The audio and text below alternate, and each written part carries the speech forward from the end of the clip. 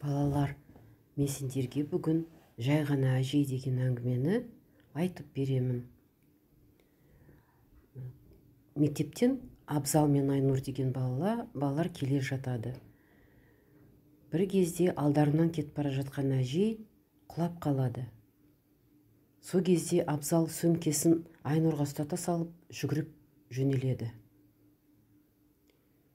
Жүгіріп жөнеліп, Абзал әжені көтеріп, көшеден өткізіп жібереді. Қайтып келгеннен кейін Айнұр сұрайды: Абзал, бұл сенің әжең бе? Жоқ, дейді Абзал. Онда сенің анаң шығар? Жоқ, анам емес. Ендеше көршің шығар сенің, дейді. Жоқ, бұл жай ғана әжей, деп айтып, Абзал жымияды.